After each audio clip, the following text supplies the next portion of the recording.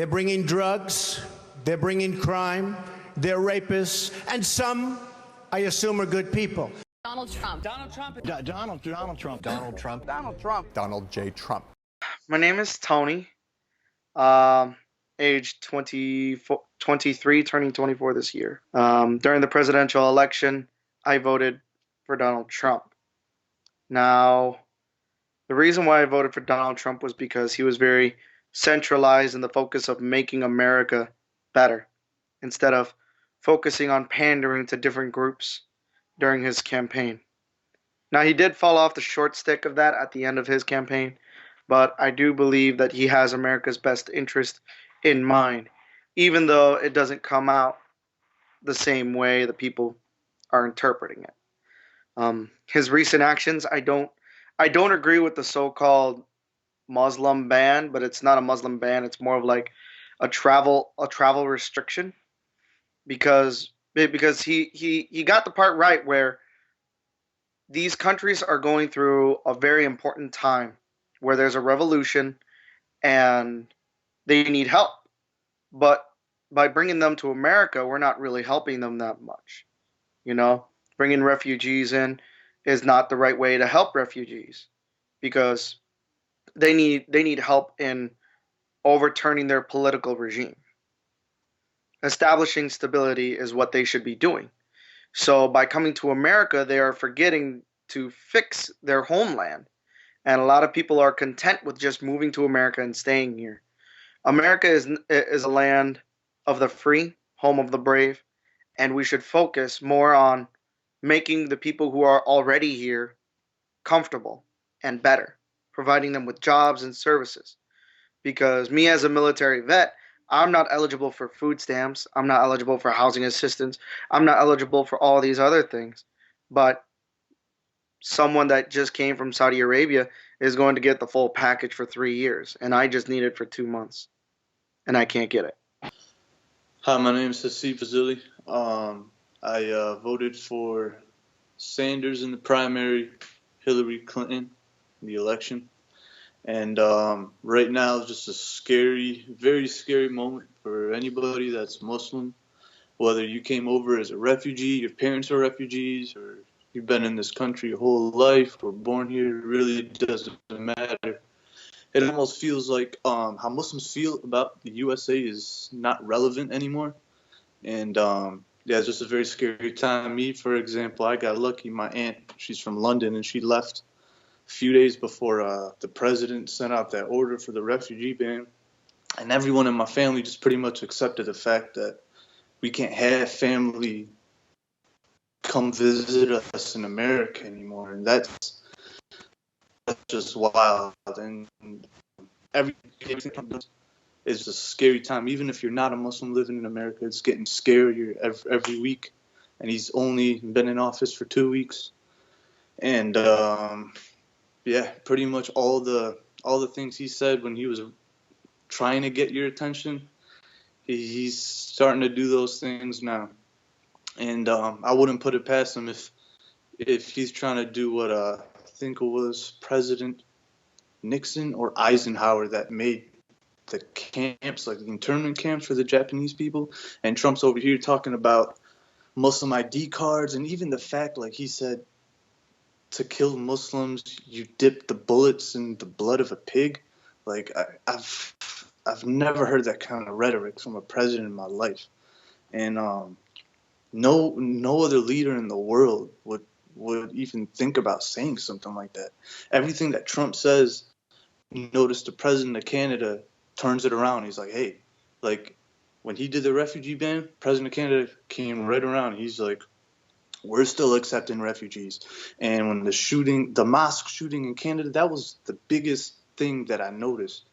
When there's a shooting in America that Muslims get killed, or hate crimes against Muslims, and anything that has to do with Muslims. And then there was that shooting in Canada, and the president went on live TV, numerous speeches, and just said awesome things about the Muslim community. Here in America, that would have never happened under any president. No president, like the most that's ever been said was Muslims are not the enemy, and then just leave it at that. and it just really shows. Like a lot of people, a lot of the protests went on the eastern and western seaboards in America, but the Midwest is really like, I think that's what really got Trump elected. And you really didn't realize how racist America is, because if you think about it, before this whole Muslim thing was going on, before Trump got elected, it was pretty much the police against the African American community. And now that Trump is starting to attack the Muslims, everyone forgot about that, because last I heard, it really felt like there was about to be either martial law or like a civil war, man. You know, like the cops were it was crazy. Hi, my name is Andrew Palmer. I voted for Trump because when I watched his debates, I saw about how he was for the middle class, how he wanted to create jobs by, first of all, like border protection, how he wanted to protect our borders. I don't necessarily agree with the ban from like the Muslim countries and stuff about like how racist he was being towards Muslims. That's just not cool. But also a lot of stuff he says like in the news. I mean, I get like everybody makes mistakes, but with him, I don't know. He puts himself out there, and he's gonna get what he deserves. But other than that, I think he was better than Hillary. With Hillary, her emails, like the whole thing about that, it was bad. And I feel that Trump wants to make America great. He wants to protect our borders. He wants to filter the immigration system and filter out all the illegal people that were here. And I think that if we get rid of the illegal people that are here and have them apply for citizenship, have them come through legally, that would be the better option than having them just come over illegally. And when we have a system that works with itself and other systems, we can coincide with other people to fix our problems in America and hopefully make America great again. There's a lot of good. You see like senators and states and attorneys suing the president.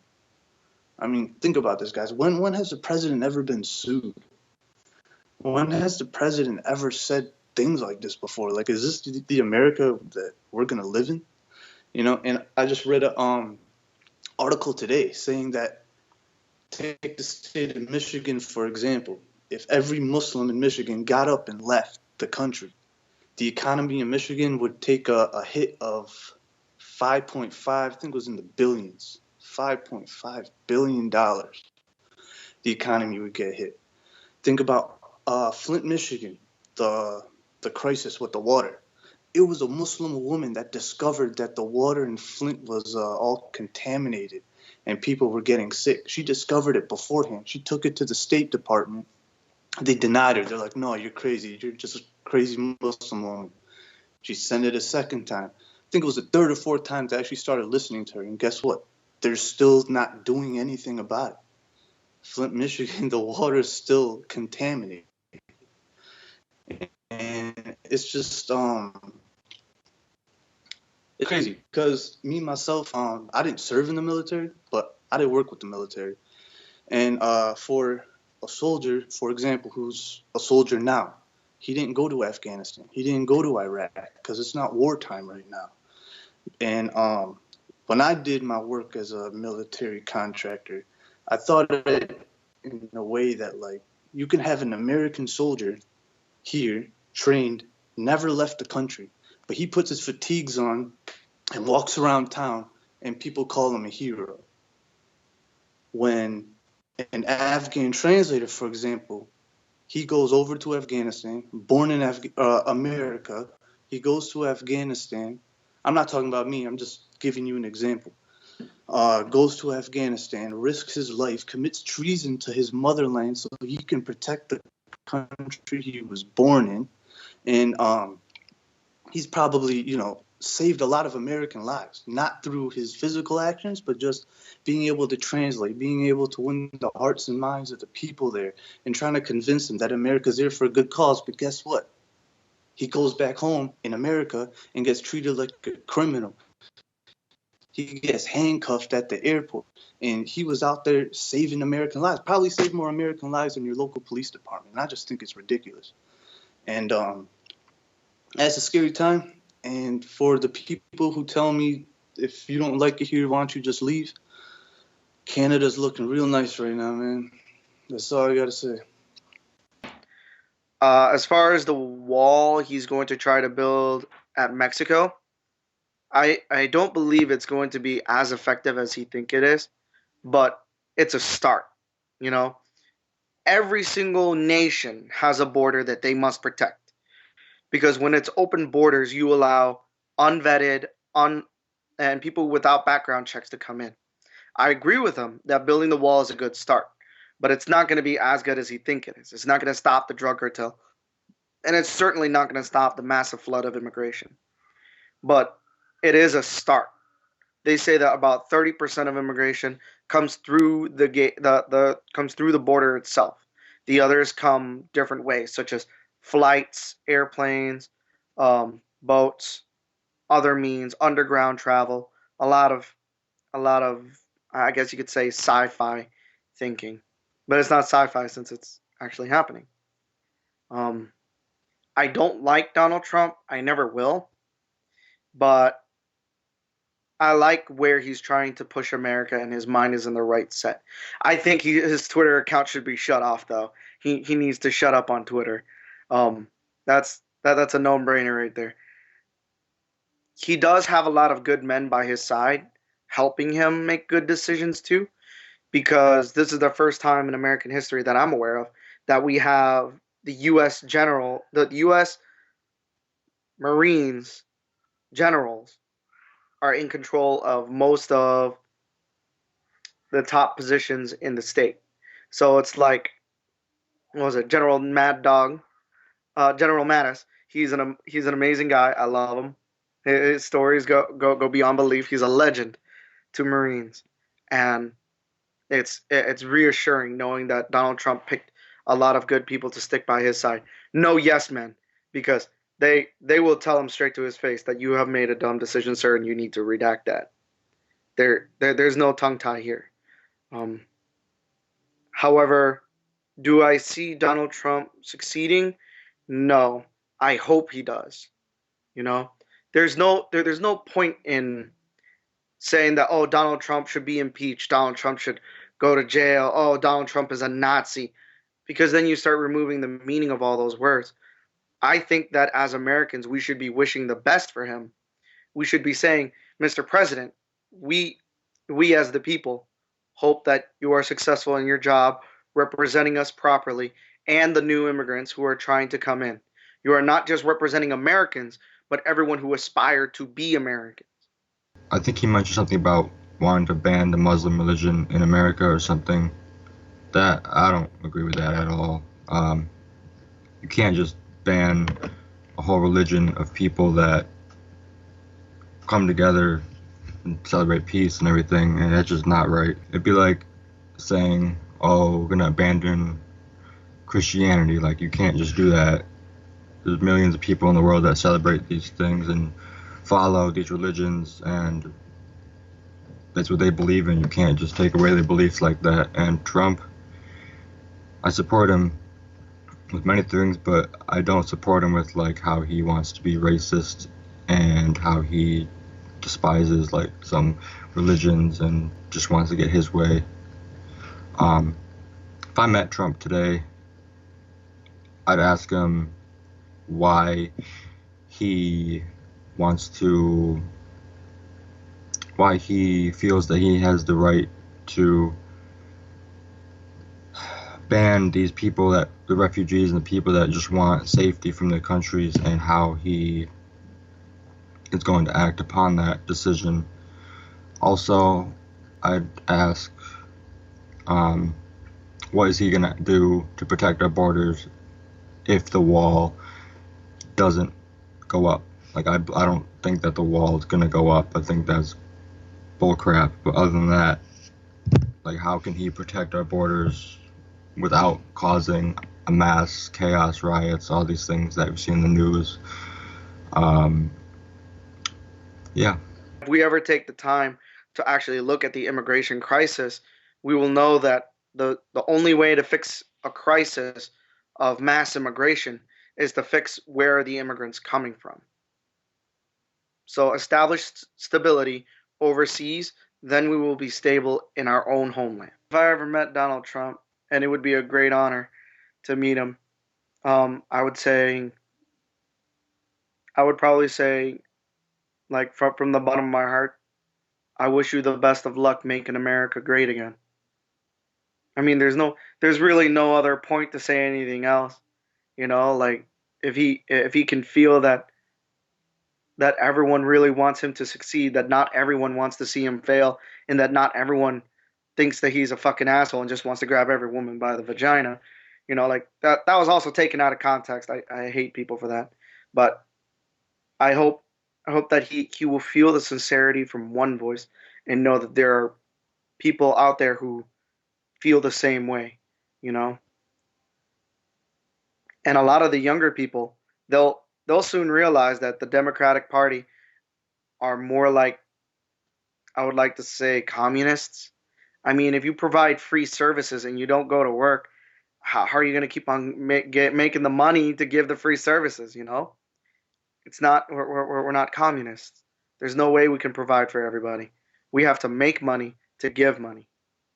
And I hope that, you know, with the swing of elections, it's going to wake up a lot of people, both from the Republican and the Democratic side, saying that, hey, you know, this person that we keep playing jokes about, this guy we consider a clown, is now the president of the United States. What the fuck does that say about us?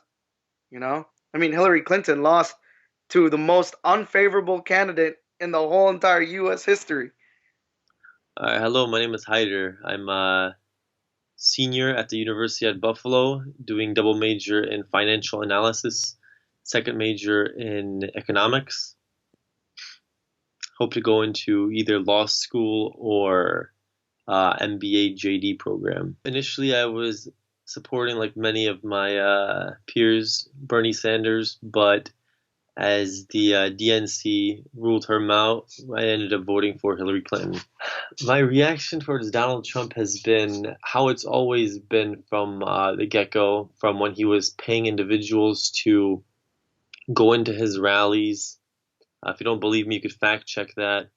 To who he is now, it's a joke that just never ends, and the joke is actually costing people's lives. And this joke of a president is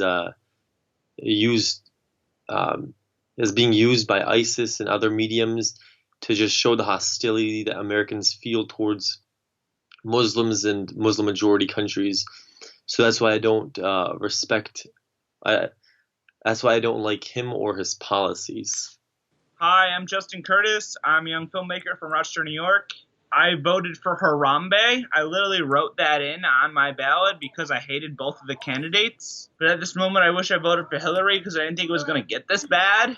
Basically, I actually, I was at Trump's inauguration in D.C. That was fucking insane, dude. It was like the Klan was inside, that was supporting him, and everybody else was the dueling Cavaliers, like him singing in the rain. I used to be a Trump supporter at one time, but not anymore, because, it got worse. This was like the beginning of his campaign. I was a supporter. Fuck you, Trump, you're a fucking cunt. So, but I'm very mad at him. He's just being mad at people who are legally on visas and just screwing that over just because he thinks they're all terrorists. Innocent people who went through the visa process are not terrorists. It's not fucking right. And I'm really mad on how he's dealing with shit. And I feel like it's just going to get worse. Before, I was thinking, oh, he's not going to do shit. He doesn't know how to do shit. But the sad thing is he's actually doing what he said he was going to do. And everybody thought that was a joke. But apparently it fucking wasn't. Which I'm actually very scared on what's going to happen. It's just going to get worse from here. And like one good thing, I'm afraid I'm nice. So I'm going on vacation to Russia this summer, and I really hope that he doesn't close the borders on that place. Even though I am full supporters of Muslims, they've done nothing wrong. Just the conservatives seem to think that. My name is Gino Colazzo. I voted for Donald Trump, and I'm kind of happy with what he's doing, but I'm not 100% happy. And I'm not gonna judge him yet based off of what he's done already, because he still has 4 years in there. So I want to see what he has to do still yet. He still has more to do, and he can't pass anything yet without going through Congress. So we still have to see. I mean, it's not just him, you know.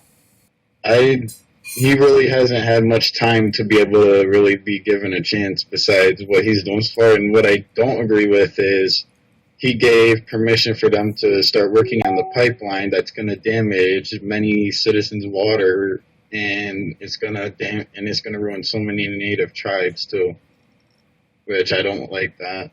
I agree with him wanting to get rid of abortion and stuff like that, though. You're going down a slippery slope, and right now the American public does not like you. If you continue with this, there's going to be a coup from the looks of it. I support you trying to make America, let's say the policy of deporting 3 million illegal immigrants. All right, you know what? I can't, or you said 4 or 3 million. You know what? Okay, if you want to do that, by all means, go ahead. But let's start with Obama. You know what? I'm not a Democrat, nor am I a Republican. I'm neutral, and I like to see the positives and negatives in both parties. So you know what? The Republicans that are going to be bashing this video or my comments, yeah, you know what? Obama did deport more illegal immigrants than anybody else in the history of the presidency. I believe it was 3 million illegal immigrants. But let's go on to Donald Trump. If he's actually going to go through and deport 11 million individuals, that's going to cost so much money that, well, we wouldn't even know where the money would come from. That would just cost so much, a tremendous amount of money. We'd have to hire law enforcement. We'd have to hire individuals to deport them. All these different things, so many different outlets, and you never actually. It'd be impossible, to say the least, to get every single illegal immigrant deported. Now, let's say the consequences. Because I'm an economist now, unless you have an economics degree and you can state facts and you can come up with real research to back this up, I don't want to hear your thing. But let me tell you what happens when, let's say hypothetically, every single illegal immigrant is deported. What happens? Right now, you casually stroll into a Wegmans or a grocery store and you get a basket of oranges for $3 to $5. If every single illegal immigrant was deported, okay, we'd have to hire Americans to do those jobs, right? Now, right now, I don't know if you've ever worked on a strawberry farm, but I've worked on a strawberry farm. For one basket, okay, this big, okay, this big and this wide, okay, about this high, filled with strawberries, they paid me $5. I did it as a summer job back before I could even work because I wasn't of age. I just did that, casually went in there, $5 per basket. I was there for 6 hours, got $20. Spanish or Mexican people, they do that. They go back to their country. They help their families with the little money that they earn here. They go back to Mexico and help their families and stuff like that. They don't go out buying drugs, buying guns, hurting people, because that's counterintuitive. Why would they do that? They're only here to build some capital for themselves to go back home. Now, back to my original point. What happens when when all the Mexicans are deported? Now, there's no job, or so many jobs that need to be filled, right? We hire Americans. At first, there's going to be a deficit of jobs. Let's say this happens overnight. Deficit of jobs, right? There's going to be food shortages throughout the U.S., okay? Let's say overnight, the following day, we fill every single job, or every single job that was once taken away, right? Overnight, this happens. People are not going to be working for scraps like I worked several years ago before I was 16 years old. People are not going to work for that. They're going to demand in the hot sun at least $8, $9, $10 an hour. Now, what's that going to do to the price of that one little basket of oranges that you could buy in the grocery store for $3 to $5. What's that going to do? It's going to skyrocket because now you got Americans doing heavy labor for a lot of money. And in the past, it was you fill one basket, you get X amount of dollars. Now it's going to be you work X number of hours because that's not how the American economy or system works. It doesn't work at a sales-based system. You can't pick X number of oranges and make money off of that. It doesn't work like that. You work per hour. And if it were the other way around, the latter, what would happen? Nobody would want those jobs because $5 is not enough. Per basket, you'd probably have to ask for $20 or something like that because it takes a long period of time to do that. And under the hot sun, under the pesticides that you're going to be inhaling future down the road, unless you're working on an organic farm, those are going to have negative consequences coming back to you in your lungs and potential cancer. Now, those are the things you have to think about as an American. Now, these are Mexican people that are doing these hard jobs that most people don't want to do. Now, unless you're okay to say today you're willing to go into the grocery store and pay $20, maybe $15 if we're lucky, for a basket of oranges. That's just oranges, okay? Now we're talking about the dairy farm, and from A to Z, everything is going to be changed, okay? Dairy farms might be a little bit different because they have suctions and machines and stuff like that, but still they're hard jobs in the meat factories and stuff like that. If you look online, you could see all these jobs that are so dangerous, Americans don't do it. You can literally chop off your arm, and people that work in those factories work for scraps. But that's my point on illegal immigration. He just became president because it's a business decision. Like, he's basically ruled so many businesses. He has billions upon billions of dollars and got there from scratch just by owning nearly so much. Now he literally pretty much owns the country. He's won. He's literally, he basically is showing anybody can do it. Anybody can rule the country very easily. He started at nothing. One thing I kind of commend him for, even though I don't support him, is he came from nothing and became something. And I gotta say, like, even though I don't support the guy, I say he's got certainly some balls. That's what I'll say. I'm not a fan of him, but he did. I don't think that, like, imagine 10 years ago would we say, oh yeah, Donald Trump totally would become our president. Like, it's almost part of a stand-up routine, but it's crazy that it actually fucking happened. I still can't believe it. It sounds like a joke. President Trump, it seems like a fucking joke. And I can't really believe this happened. And I was hoping he didn't do shit, because I thought he wasn't going to do shit because he didn't know how to do shit. He has no political experience. But he did do shit, and I feel like it's just going to get fucking worse. I wish I did not vote for Harambe, and I actually voted for Clinton, even though who supported Clinton? We were all just kind of leveling with her. She's not as bad as Trump, and I honestly wish Clinton was our president, because we are so fucked. My name is Beth. I live in Arlington, Massachusetts. I voted for Hillary Clinton. I have felt so devastated since the election. If I had the opportunity to speak to Donald Trump in person, honestly, I don't think I would bother, because in addition to his policy choices, I think he's a very selfish, self-involved, ignorant person, and I don't think he's interested in listening to people. I think becoming president is part of building his brand, and I just don't know that it would be worth trying to have a discussion with him. I think the thing that distresses me so much is that he gave people a simple story. He used scapegoats. He scapegoated immigrants. He scapegoated Muslims to try to explain to people who are struggling financially and feel they're not getting the respect that they deserve, to try to give them a simple story. It's always very compelling to have somebody to blame and somebody to hate, but the facts don't bear it out. You've been associated as a bigot and a racist. So what are you going to do to counteract that? What do I think of him now? I think he has a lot to prove. Definitely he has a lot to prove, and hopefully he does well for the country. I hope he doesn't fuck up things and make things worse for those people of color.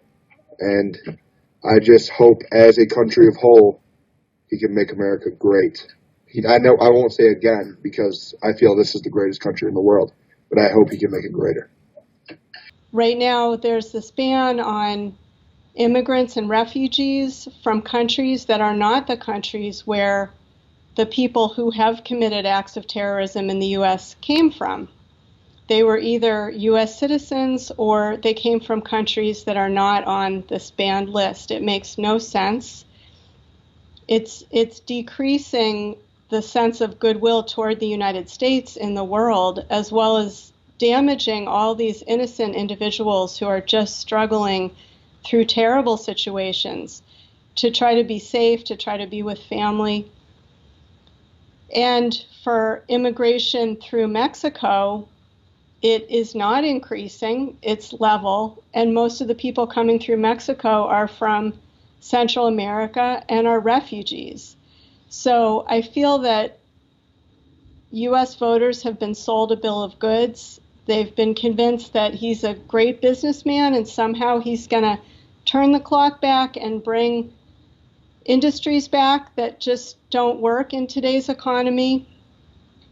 And I really think that the way he's proceeding is by rallying people with hatred and with scapegoats.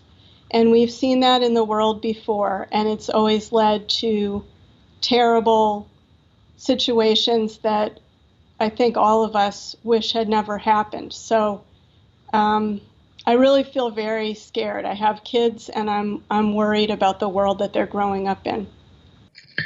Hey everybody, this is Conan Neutron. I'm a musician and artist of, we're going to say, about 20 years now. I play music in a rock and roll band called Conan Neutron and the Secret Friends. I have a radio show and podcast called Conan Neutron's Protonic Reversal. It airs every Thursday, 8 p.m. Eastern, 5 p.m. Pacific. It is largely music-based. I follow politics like some people follow sports, we'll say recreationally, which makes this a very interesting time, to say the least. In the last election, I begrudgingly voted for Hillary Clinton, despite being a very avid and vocal Bernie Sanders supporter in the primary. Something of a tax choice, even living in a quote-unquote safe state, as they say. I looked at that vote as a vote towards critical thinking, believe it or not, based upon the fact that the way the Trump campaign had been run and what the Trump campaign was popularizing, which was the ultimate embodiment of sort of the triumph of the frame, the fact-free world. It seemed very important to me. It seemed very important to me to strike that blow, not because I was necessarily for what Hillary Clinton stood for, but because I was what Donald Trump was embodying, at least, if not for. I firmly believe he doesn't really have many convictions at all, other than the fact that it's what's good for Donald Trump is best, and that can change on a day-to-day basis. I don't think most of the policies that he's enacted and that he's currently working towards right now, I don't feel are his true beliefs even. I think he's just doesn't like to say that he's wrong, to be honest. And that doesn't mean I think he's a good dude or anything along those lines. Some might say he's a bad hombre.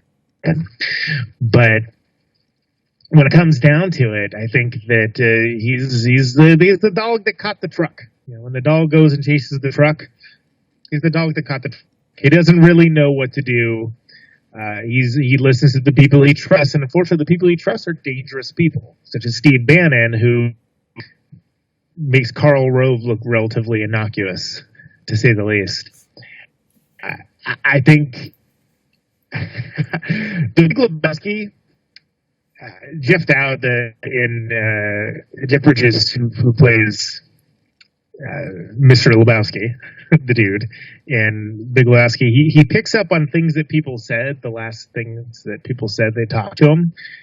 I kind of believe that Donald Trump does that as well, and the better, more apropos, and that might be Being There, the movie in the 70s.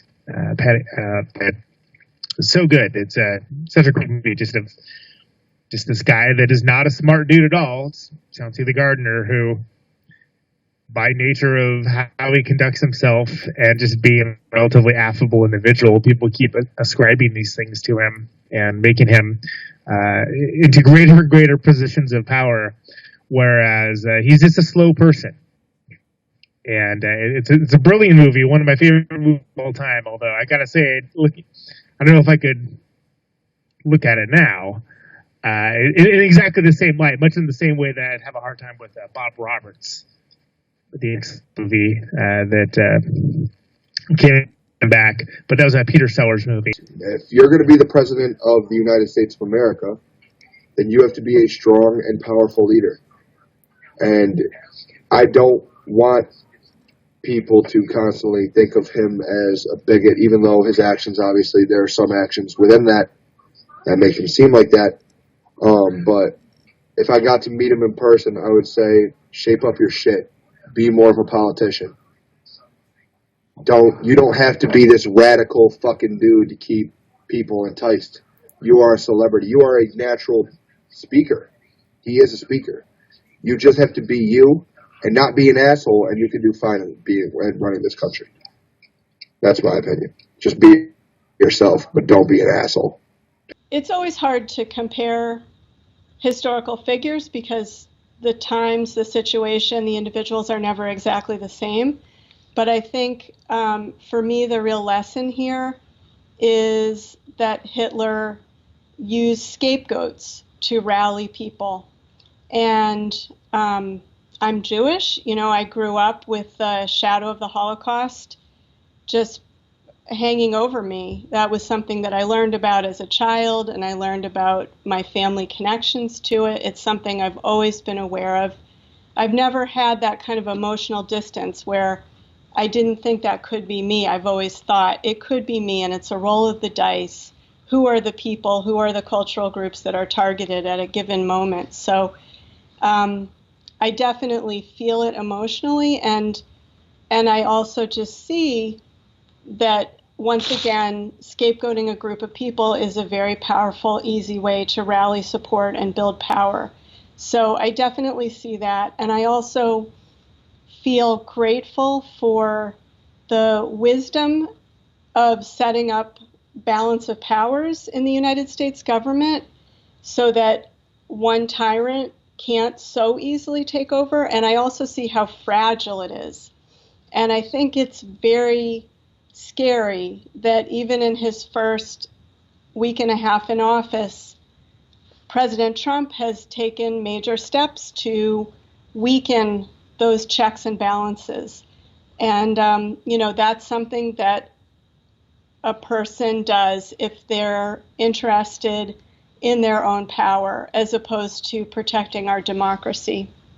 So that also is something that happened in Germany and has happened in many other countries, is happening in many countries around the world right now, where there's a autocratic leader who is really undermining the press, humiliating the press, making them seem like they're not legitimate, making people think there is no such thing as truth or facts, firing government officials who disagree with them, even though their job is to disagree if it's based on the Constitution. So I think we are seeing those types of things happening, which is very frightening. Hi, I'm Kevin Levy. I voted for Donald Trump. My reaction to him and his inauguration is hopeful. Hopefully things go better than they have been the past few years. Hopefully his Make America Great Again is actually gonna make America great again. And if I had to say anything to him, just don't screw up, because he has big reactions against media and he has a short temper against a lot of things. So hopefully he won't say anything stupid, because he's in charge of the biggest and best country in the world. So let's just calm down. Hi, my name is Sean Carey. I voted for Hillary Clinton in the general election. I voted for Bernie Sanders in the primaries, both from the state of New York.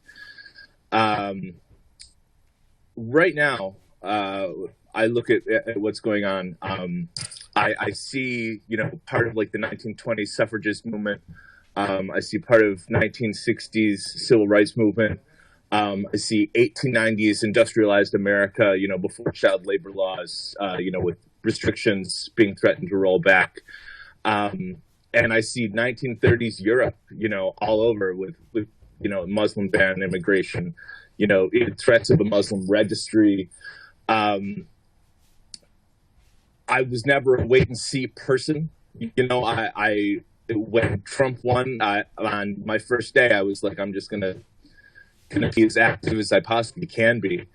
And honestly, I was thinking about this last night. If I could talk to Donald Trump right now, I don't think he'd answer this question. I would ask him, are you trying to provoke a terrorist attack on U.S. soil because you have a country in mind that you want to invade? That whole speech, that line you said about maybe we'll get another chance to get the oil out of Iraq, it makes me think you have a plan in place already, much in the way that we used 9/11. Not that I think 9/11 was planned or allowed. I'm not a conspiracy theorist. I don't know all the information there. But we definitely used 9/11 to go to war with countries that weren't involved in 9/11. And I'm wondering if that is the thought process right now. I'm Donna Soto, and I live in Fort Myers, Florida. And I voted for Trump only because he was the lesser of two evils. My husband and I both agree that if Hillary Clinton had really stolen the Democratic nomination from Bernie Sanders, he filled stadiums, football stadiums. She had a handful of people in a room, but she has the money and she had the power, and she manipulated it and she got the nomination. But people didn't really want her. They wanted Bernie. If he had been nominated, I would have voted for him instead of Trump. I do realize that he is a crass idiot, but I still think he's better than Hillary.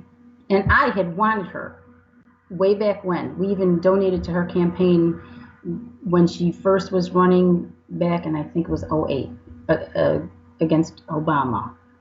And she didn't get it then. Especially with you look at the countries that will have the extreme betting, Saudi Arabia is not on there. Egypt isn't on there. Those were the countries that the 9/11 hijackers came from.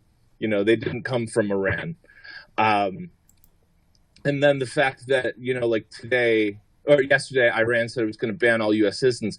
He's putting the lives of Americans abroad at jeopardy by being an idiot, and said, 3 days ago on ABC News, when asked if this would spur more anger towards America, he said, how could it get worse? It got worse in 2 days. In 2 days after he said it got worse. The guy's, he's either a fucking diabolical genius, or he's just an idiot that doesn't get it, that's being led around by Bannon, or I don't know. I don't know who his Dick Cheney is. The thing about Trump is that, he's, to a certain degree, I guess he's the president we deserve. When you have a culture that actually lionizes people like the Kardashians, who are famous for being famous. They aren't famous for anything particularly. He's the reality show president. And that doesn't make any of this even remotely palatable or normal in any way, shape, or form, but he's the reality show president. And to a certain degree, the way that our culture's gone, just allowing this absolute attack on critical thinking and all this Velveeta for the mind to be so prevalent, you can make a solid case that he's the president that we deserve right now. Now, what happens after this? Because clearly things are out of control. I mean, this is not okay. This is not normal. And I think there's people that realize that aren't necessarily saying anything about it right now, but they do realize that. And I think there's a lot more going on than what we see. But it's shameful. It's shameful that he's in there. I mean, I think that it's something to say to him that would be, other than the sort of vulgarities and personal soul character, of course. I think the useful thing might be to suggest that he change the people around him, because he's clearly susceptible to like people he quote unquote trusts around him, and acting on those ideas and turning them into policy. You can't do that. I mean, you can. You absolutely can. That's what it is. But he's surrounded by dangerous people, and I think Steve Bannon is a name that isn't on everyone's lips that really should be. And I think that's a shame, because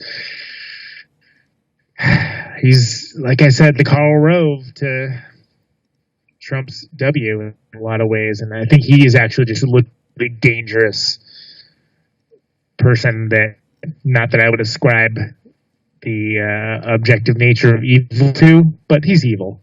We'll just go and say he's evil. This dude thinks Darth Vader's awesome.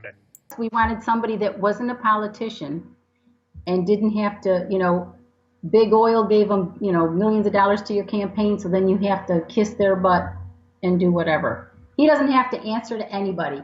He's just like a spoiled little child that he is going to go and do whatever he wants. But I really believe, hopefully, of course he's got an agenda. He's a billionaire, but maybe he's got enough money. I think he'll really help the country. I hope so. Our Senator Marco Rubio, I cannot stand him. He, right on our local TV, he received almost $900,000, I believe it was, from the sugarcane industry down here, which is huge in South Florida. And we have Lake Okeechobee, which is our big freshwater lake. And he got all this money, so he lets them dump all their pollutants into Lake Okeechobee. And then it gets all filled up and it gets too high, and then they have to do a thing called a water release. And it comes, even though Lake Okeechobee is more on the other side of Florida, most of the release comes down the Caloosahatchee River and dumps into our beaches. It kills the sea life, it kills the manatees, it kills the fish, causes algae. People come all the way down here to go to Sanibel Island, which is this awesomely expensive resort, and they see brown beaches. So he's evil. They're all evil. Just like how they say that lady became, the lady that became the Secretary of Education or something, she bought her way in. They all do. Even if it was Hillary, she would have been putting her friends and her buddies in. They're all the same, honey. They're all the same. What are you going to do? I even said to him, how are you going to build a wall over the Rio Grande? I mean, the border of Texas is a river. What are you going to do? But, I mean, if you look at the Mexican border against Guatemala, right, they have the big wall. The Vatican City has a wall around it. And it's true. Who do you think does all my yard work? They're all tiny little people from South America, Central America, Cubans. Honest to God, nobody speaks English. You have to know. I know a little bit of Spanish, so I can explain to them what I want them to do to my bushes. Honest to God, I am the minority in my neighborhood. I'm the white lady. I am the minority. Everywhere you go down here is everybody Spanish, which I love. I don't mind. I enjoy it. I'm learning a little bit of it. And what are you going to do? That's the way it is. I see it down here a lot, because the thing that does bother me is if you are not a United States citizen, I don't believe you should be getting any benefits. That bothers me. Only if you're not a citizen. But the thing is, like the people here in the neighborhood, women that I know, the mother and father aren't from here, but the children were born in America. So then the child is entitled, and they get the WIC and the food stamps. But people see it and they get upset in the stores. I see it every day. What are you going to do? Can't solve it all in one day. But yeah, they say that they're draining. And then I have this person that I grew up with in my neighborhood, and he is so political. I honestly do not know what left and right and liberal and conservative. I don't understand or care about any of that. I don't like labels. Bob and I are both independents, and I wouldn't be registered as anything if I could just be nothing. I don't like that we have to be labeled. I don't like labels. Just be a person and go and vote. That bothers me. Almost like the unwilling Mussolini, if you will. Like I don't think he gives a damn about this white nationalist stuff. I really don't think he does. Like, I think he just he's kind of like, well, whatever. These people seem to like it. Let's go with the flow. Like, he thinks his crowds are the country, which clearly are not the case at all. And he did tap into something, whether it's accidental or not. And there's a long history of populism in America, and some of it is terrible. But then some, you have stuff like Huey Long, for instance, right? That was from Louisiana. That's a good example of good populism.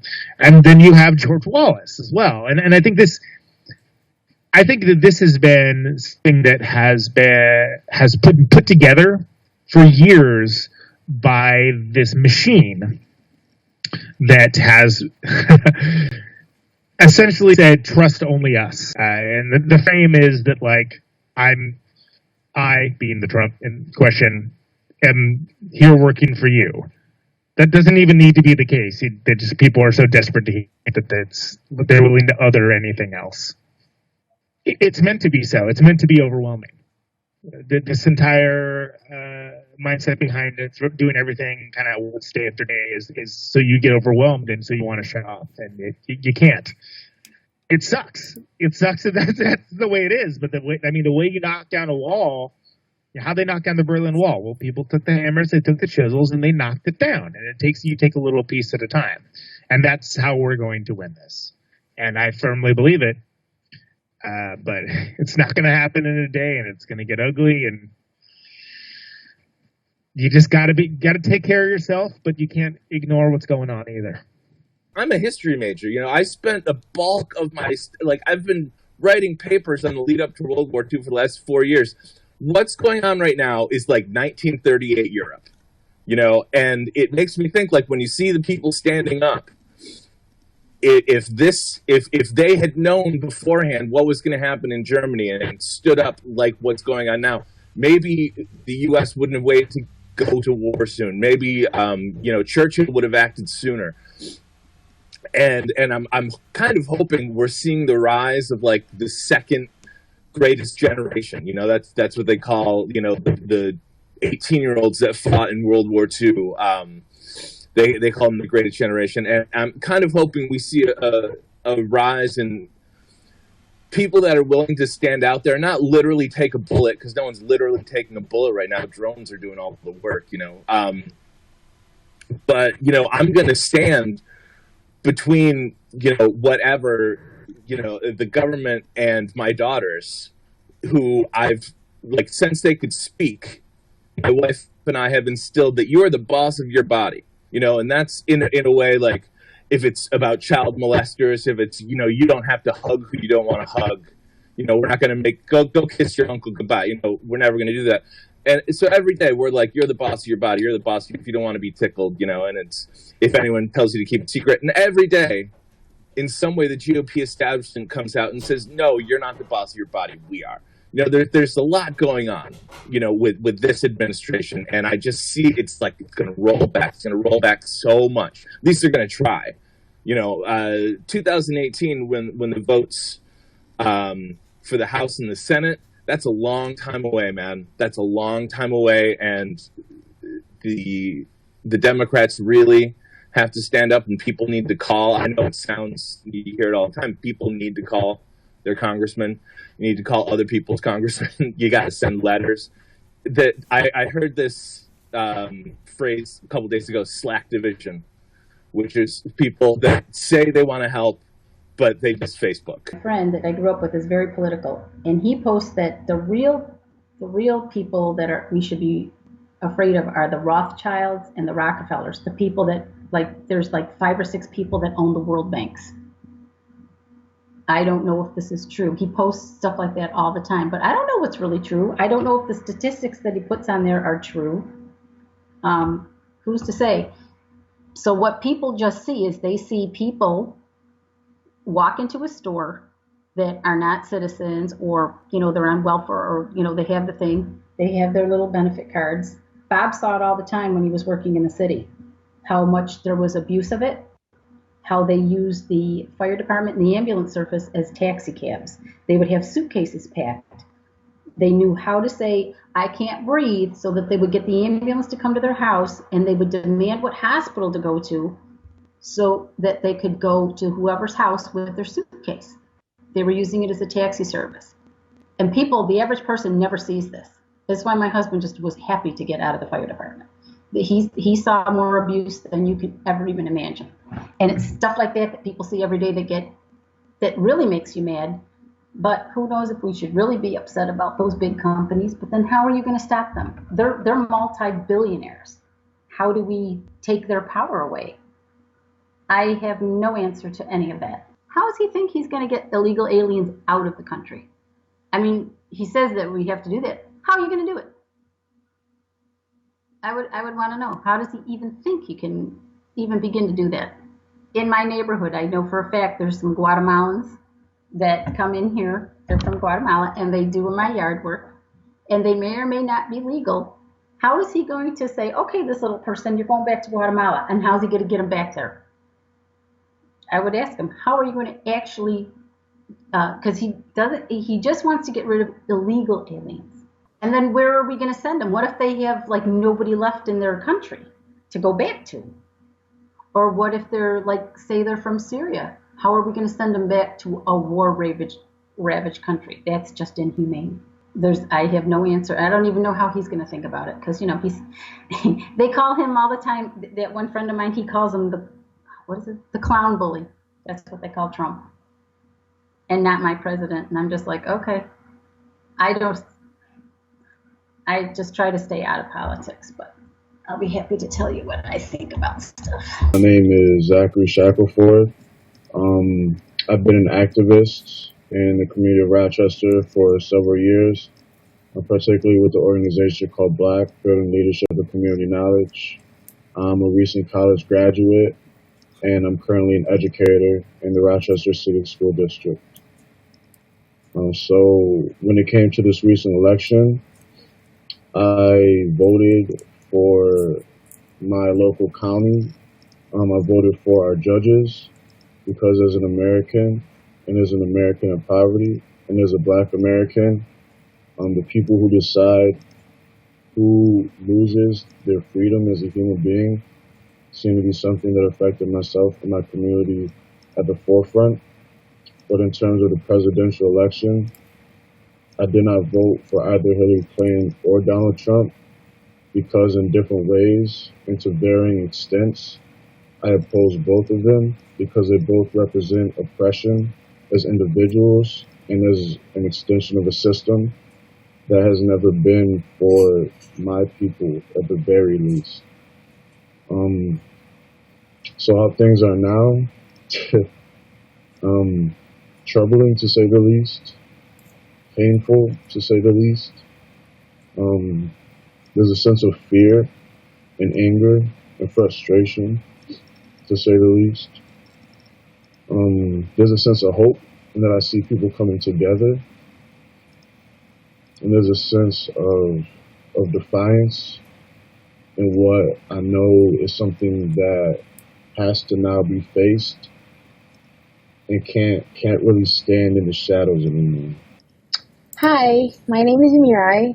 I'm currently studying in America. I'm originally from Turkey. So it's been a very interesting election season, obviously, and not a lot of people are not happy with the result Obviously, I'm not really happy, but hopefully Trump is going to like do the right thing. He didn't really start off really strong, but like no one wants him to do like bad. Like a lot of people are like he's racist, he's sexist, he's this, he's that, he's orange, he has fake hair and stuff like that. But like I think like no one would have any like intention for him to like wish him to be bad at his like presidential status. I don't really feel good about his like politics. I don't think he knows what he's talking about. He's not suitable to be a president, obviously, just by looking at his, I don't know, like history, like the way he talks, or what else? Like he's on Twitter like 24/7. I don't think like any president should be that like public about what he's thinking and what he's saying. Yeah, he obviously doesn't think, like he doesn't think before he talks.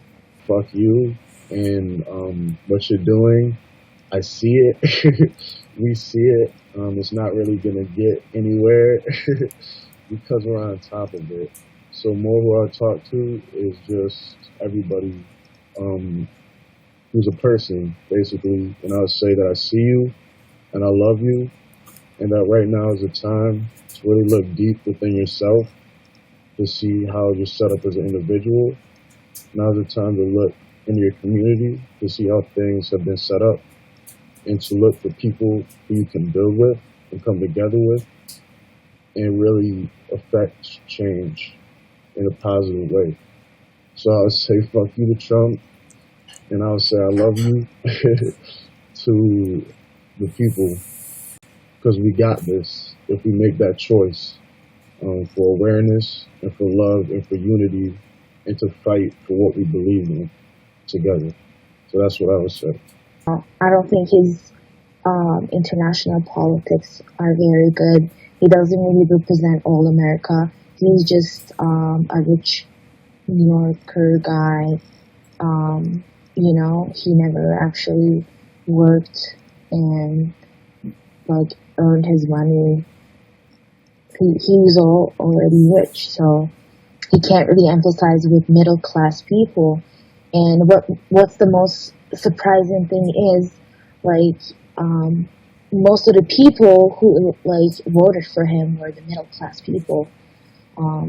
Obviously, not because he was the best candidate, but they didn't have another choice. Obviously, I don't know. So, and if I met him, I would just tell him, I don't know, nice hair, or I don't know. I wouldn't really want to meet him, to be honest, because I would get deported probably. Redo this. Redo.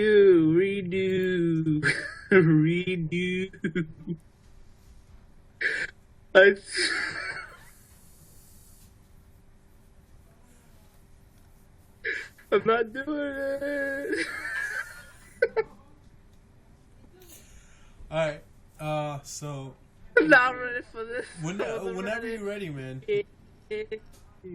Whenever you're ready. So I just do it like all in one lump. I say, hey, I'm Kevin Levy. I voted for Donald Trump. Then it's my reaction to what right now. Did you mute yourself already?